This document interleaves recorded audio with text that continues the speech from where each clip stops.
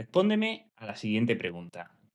¿Cuál es la intervención más evidente y con más evidencia científica en el mundo del entrenamiento? O sea, ¿cuál es ese primer paso que da sentido a todos los demás? Y ya sé lo que piensas, pero no. Te prometo que no tiene trampa. Contéstame, ¿qué es lo más claro que hay hoy en día en el mundo del entrenamiento? Que entrenar te hace mejorar, ¿vale? Simple, entrenar más tiempo o entrenar más duro. Pero a grandes rasgos podríamos decir que el primer paso para mejorar el rendimiento es entrenar más. El problema es que no se trata de entrenar más una semana, sino durante toda una vida. La característica que comparte el entrenamiento de todos los deportistas exitosos es la de mantener una continuidad del estímulo de entrenamiento a muy largo plazo. Por tanto, no se trata de entrenar más durante 3 semanas, ¿no? Esto incluso suele ser contraproducente. Siempre digo que cualquier tonto motivado puede entrenar un par de semanas como si fuese Kilian, Kipchoge o Pogačar, ¿no? Sin embargo, al no poder sostener esta carga, se dañará y perderá rendimiento antes de empezar a cosechar la gran mayoría de los beneficios. Así es como entrena, si os fijáis, la mayoría de personas, ¿no? En ciclos de 3 o 6 meses, en los que entrenan más de lo que pueden tolerar a largo plazo, se sobreentrenan y se ven obligados a bajar el rendimiento y parar, perdiendo potencial adaptativo y años de desarrollo. Solo puedes mantener una alta carga de entrenamiento durante meses, años y décadas si tienes muchísimo nivel, ¿no? Y esta alta carga de entrenamiento es la que te fuerza a que sigas aumentando tus capacidades y llegues a tu máximo potencial genético con el paso de muchos años. Por tanto, podríamos decir dos verdades en el entrenamiento, ¿no? Número uno, los deportistas de mayor nivel han entrenado más. Y número dos, los deportistas de mayor nivel han entrenado más porque son capaces de tolerar más carga. La única forma de poder entrenar más es teniendo cada vez más nivel. Y la forma de tener cada vez más nivel es ir entrenando cada vez más. ¿Y qué hace falta para entrenar mucho durante mucho tiempo? Pues entrenar menos de lo que podrías cada día o cada semana para evitar fatiga o parones que nos hagan perder semanas o meses de posible desarrollo. Y esto requiere, por un lado, hacer el ejercicio y el programa que encaje con tu vida, objetivos y preferencias de la persona. Y por otro, evitar que las cargas sean tan altas que si las mantenemos nos hagan enfermar, lesionar o sobreentrenar. Esta es la base de las prioridades del entrenamiento de resistencia. Entrenar mucho, pero entrenar lo que puedes mantener. Una vez tengamos controlado esto, podremos entrar a valorar qué estímulos generamos, cómo los repartimos y periodizamos, pero me temo que la mayoría de deportistas ya están fallando en este primer escalón. Ya hablaré de lo demás en otro artículo o en mi próximo libro, pero hoy vamos a centrarnos en la relación entre lo que entrenamos y lo que podemos tolerar. Y es que esta es la relación más importante, con diferencia que deberíamos tener clara en el entrenamiento, y da la sensación de que nadie le está prestando atención. En la fisiología del ejercicio se han hecho auténticas acrobacias mentales para justificar la existencia de un máximo estado estable fisiológico que se relacionaría con el segundo umbral del lactato o con la potencia crítica o FTP. Sin embargo, el único máximo estado estable que realmente importa en el entrenamiento y que nadie parece querer medir es el equilibrio dinámico entre la carga y la capacidad de tolerarla. Si la carga supera la recuperación por un tiempo prolongado, sufriremos desgaste y daños que terminarán en sobreentrenamiento, enfermedad o lesión, obligándonos a parar. Pero también es un error quedarse corto, ¿no? Si entrenamos menos de lo que podemos tolerar de una forma crónica, estaremos desentrenando o, si no, al menos perdiendo adaptaciones potenciales que podríamos estar consiguiendo si entrenásemos más. Por eso, debería obsesionarnos a encontrar ese estado de equilibrio en el punto en que la carga es máxima, aunque debemos tener claro que este punto es dinámico y cambia semanalmente, ¿vale? No nos importa no saber exactamente dónde está el punto en cada momento. Simplemente necesitamos saber dónde estamos nosotros. O sea, si nos estamos pasando por el lado de la carga o por el lado del déficit de ella para actuar en consecuencia. Como has visto, este máximo estado estable depende de dos factores, ¿no? Cuánto entrenas y cuánto toleras. No se puede entender uno sin el otro. Sin embargo, históricamente, científicos y entrenadores han tratado de abordar este problema a través de estimar solamente una de esas dos partes, que es la parte de la cuantificación de la carga de entrenamiento. De la medición de las horas o kilómetros de entrenamiento pasamos a métricas que integraban volumen e intensidad, como el TRIMP de Bannister y derivados posteriores adaptados a zonas de entrenamiento, como el L-TRIMP, a la percepción de esfuerzo, el SRPE o a la potencia como TSS. En podcasts previos, como en el episodio 167 y en mi libro La naturaleza del entrenamiento, ya te he explicado que todos estos modelos parten del modelo de Bannister, modelo que nunca fue validado científicamente ni tenía ciencia en su desarrollo y que sin embargo pues se ha usado como argumento basado en la evidencia con B para sacar métricas de carga de entrenamiento en un proceso de alquimia moderna donde académicos convierten opiniones en evidencia científica cuando los elegidos lo escriben en una revista revisada por pares.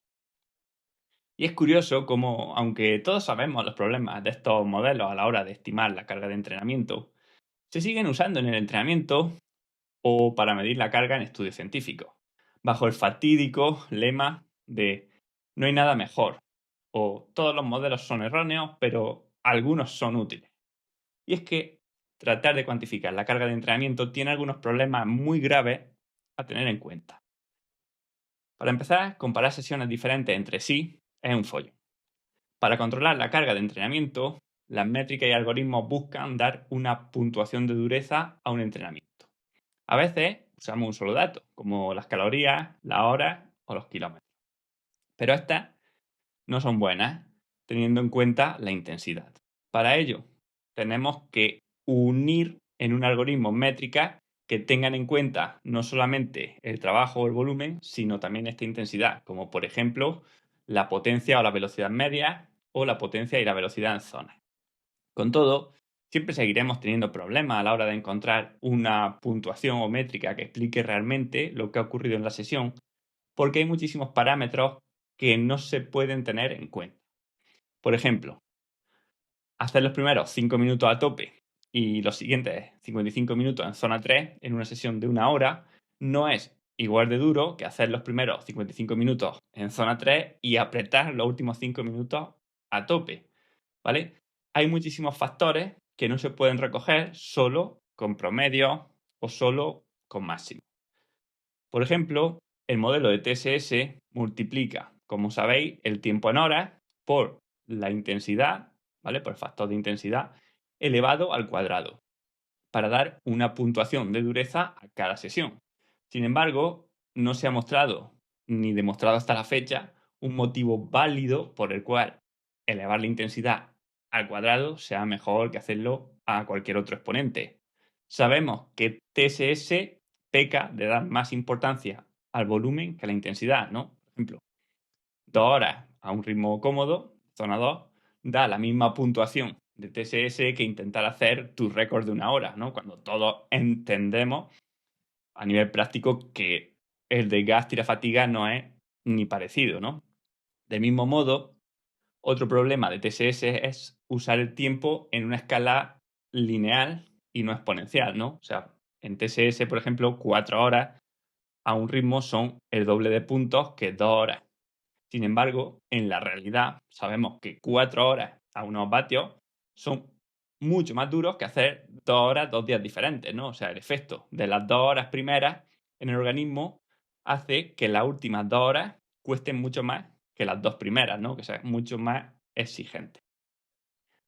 Además, nunca estamos en el mismo estado de carga de glucógeno, ni de hidratación, ni a la misma temperatura, ni en los mismos niveles de estrés, de trabajo, de sueño, ¿no? O sea, la misma carga, además, produce diferentes respuestas según el contexto la secuencia y la historia del deportista. Los modelos de carga tratan la respuesta del organismo como proporcional y predecible, cuando en realidad es no lineal e impredecible. El mismo entrenamiento que una semana te pone en forma, otra semana te hace empeorar.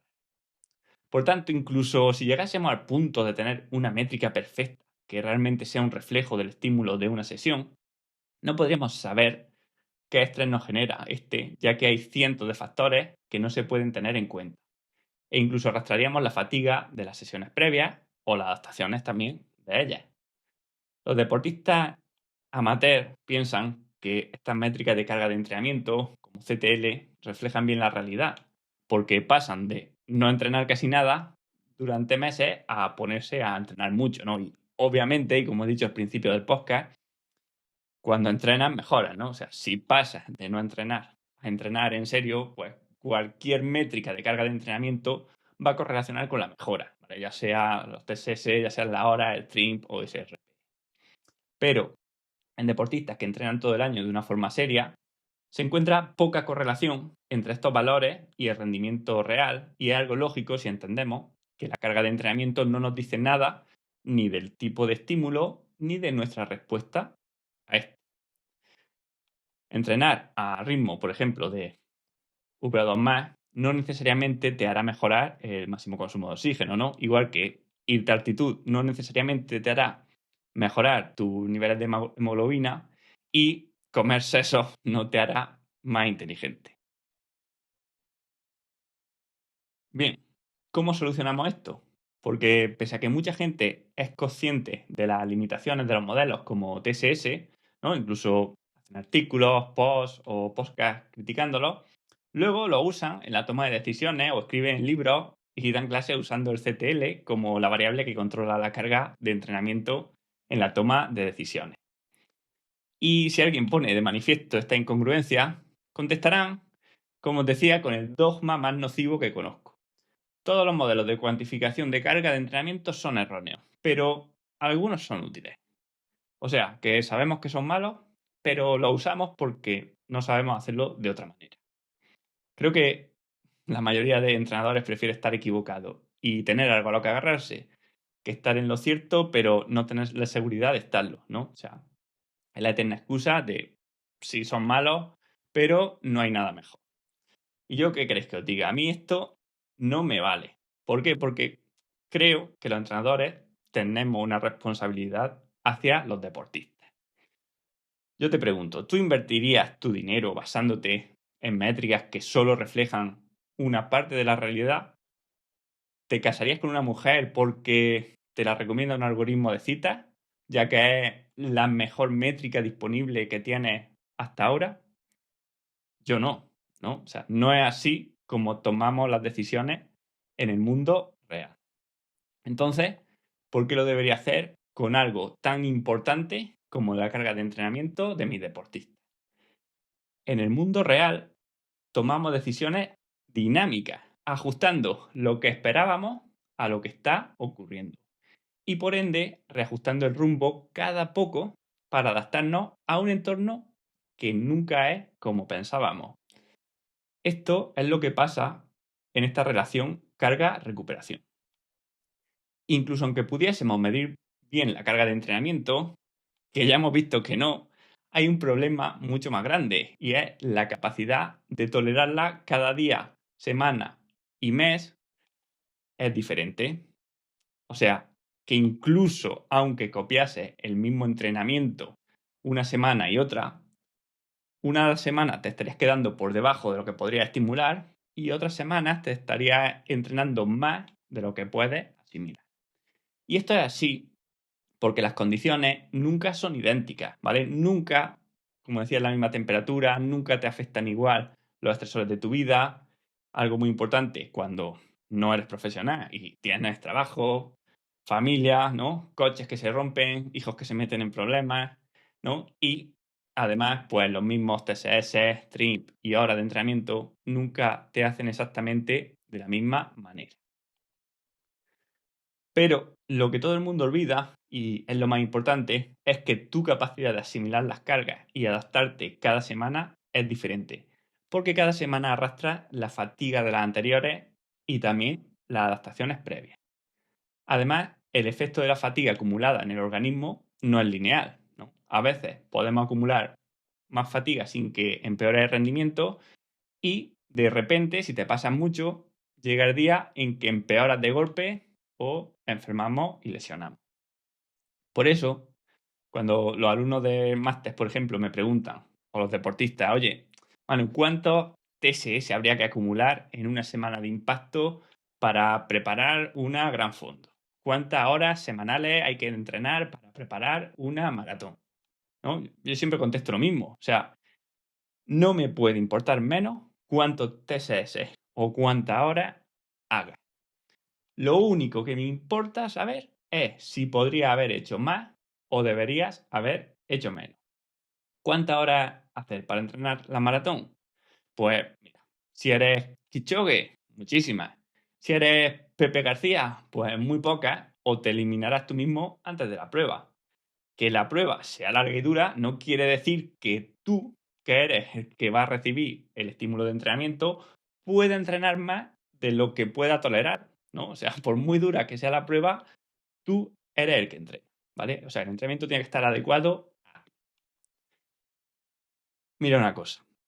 Ayer justo hablaba con un deportista que me decía que tenía un método diferente, que a él le iba muy bien, ¿no? Y su método era que solo hacía un día de alta intensidad a la semana. Y el resto de días hacía rodajes en zona 2. Y decía que eso le iba genial, ¿no? Y ojo, que no dudo que fuera mejor que lo que hacen otras personas, ¿no? O con otros métodos de entrenamiento. Pero realmente que el entrenamiento que estaba haciendo fuese el idóneo para él, sería un auténtico milagro. O sea, de todas las posibilidades que tienes para ajustar la carga de entrenamiento, que encuentre ese máximo estado estable entre carga y recuperación, así, a ojo de buen cubero y sin medirlo, es un milagro. O sea, esto es aplicable a todas las metodologías que se venden en redes sociales, ¿no? O sea, cuando nos dicen, mi método es hacer mucha zona 2 y entrenamiento de fuerza, ¿no? O mi método es hacer poco volumen y mucha intensidad, ¿no? O sea, todo lo que veis son recetas. Que sin el ajuste luego fino del día a día, pues que te vengan bien sería casi un milagro, ¿vale? Es como ir al médico con una enfermedad desconocida y que te mande un tratamiento genérico. Pues, vale, sí, puede que te vaya bien, puede que te vaya mejor que no tener ningún tratamiento, nunca va a ser igual a que el médico te vaya ajustando la dosis y cambiando el tratamiento en función de tus respuestas a este, ¿no? ¿Y qué queréis que os diga? Esta necesidad de medir la carga de entrenamiento es realmente una limitación autoimpuesta por haber heredado el modelo de entrenamiento reduccionista tradicional, que presupone que los deportistas reaccionan de una forma proporcional y predecible a las cargas. Pero ya sabemos que esto no es así. La carga acumulada no importa. Lo que importa es saber si estás entrenando más, menos o igual de lo que puedes tolerar. El programa de entrenamiento no importa, ¿no? O sea, lo que importa es medir qué efecto tiene este programa en tu organismo. Diferentes campeones, como habéis visto, pueden llegar al éxito con programas diferentes, pero es que incluso el mismo campeón puede tener éxito con diferentes entrenadores y diferentes formas de entrenar.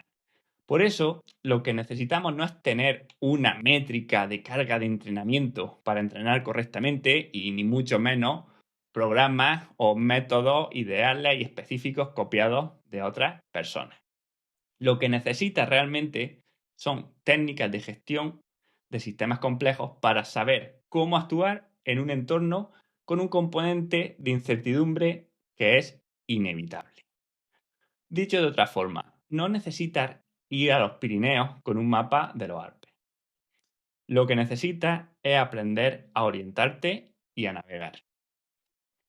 En cuanto al entrenamiento, esto se fundamenta en aprender e interpretar perfectamente dos tendencias que tienes que tener muy claras.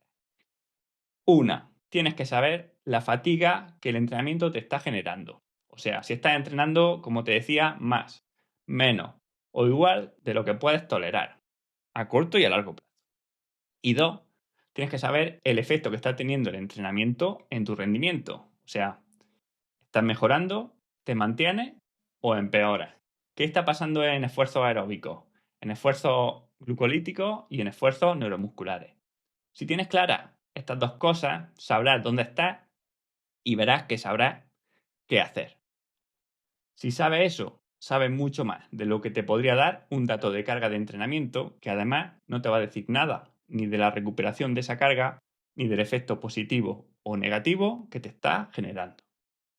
En mi próximo libro te contaré cómo puedes medir esto y tomar decisiones dinámicas en base a lo que te ocurre en el día a día. Si te interesa saber más sobre el libro, que saldrá próximamente, he creado una lista privada para la presentación. En la descripción tienes el enlace para apuntarte y te escribiré pronto para darte acceso. Hasta entonces, cuídate y que tengas un buen 2026.